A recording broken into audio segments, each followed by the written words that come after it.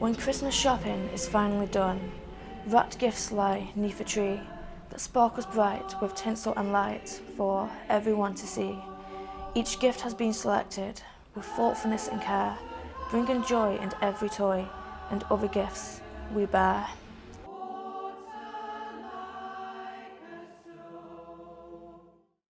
However, for some, we'll be lucky to get a warm meal this Christmas, and while sat by a fire with our loved ones, the cold weather can be harsh and unforgiving for those on the streets, left with little more than a blanket to protect themselves. Last year, it was estimated that 234 households were deemed homeless in the Kirklees area, with 134 of them containing children. It's hard to say if figures have improved, as it only takes a walk down the high street to see the number of people sleeping rough.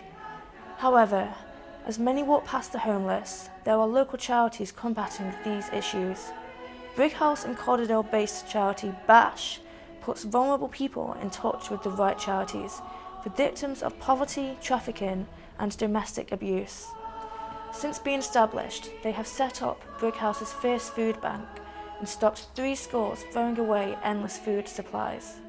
I spoke to Alison, B.A.S.H's founder, to see how the charity helps the homeless at Christmas. There's a massive misconception that if people aren't sat outside of a shop doorway and then there isn't any homeless in our area, and that is simply not true. We have housed a number of people this year that didn't know where to go and didn't know where else to turn. The homeless situation is only going to get worse in this area. So that's why we're here, to support as many people as we can. Most of them are men, I'd say 30s to 40s. Usually had a relationship breakdown with their partner or with their family as well. And they've just got nowhere to go, they've got no family to rely on. I don't think that there is the infrastructure with families anymore like there was back in my day. You had close relationships with your grandmas, etc. But in today's age, there's lots of sort of separate families now, and people don't find it as easy to go back, and there's a lot of pride involved as well. People struggle to go back and say and ask for help, and they really do get to the point where they're absolutely beaten down by everything when they finally ask for help, and often then is when we see them, and they're very in a very low place, to be honest.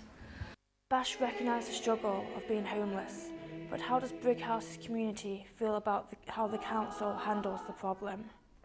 There's just not enough places for homeless people to have as a stopgap, even just to get them off the streets for a couple of nights. There are never any beds available.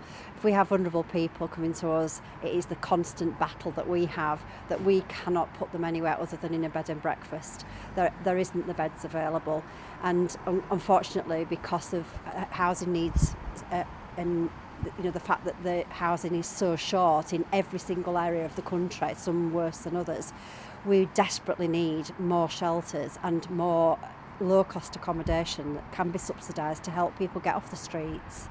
Find somewhere for people to be off the streets. They shouldn't be on the streets at all, and especially winter when it's cold. I think it's hot. Nobody should be homeless or hungry, should they? There's still quite a lot of people, and there's quite a bit that can do. Like in Bradford, where I am from, there's like a homeless shelter, and they do food and stuff like every week and stuff. So I guess there is a few other things they can do to help out, but other than that I don't really see much that they are doing. B.A.S.H and other local charities such as Mission were helping to get rough sleepers off the street, but there is still so much more that needs to be done, and even one person going hungry this Christmas is one too many. This is Ellie Godwin reporting for KLTV.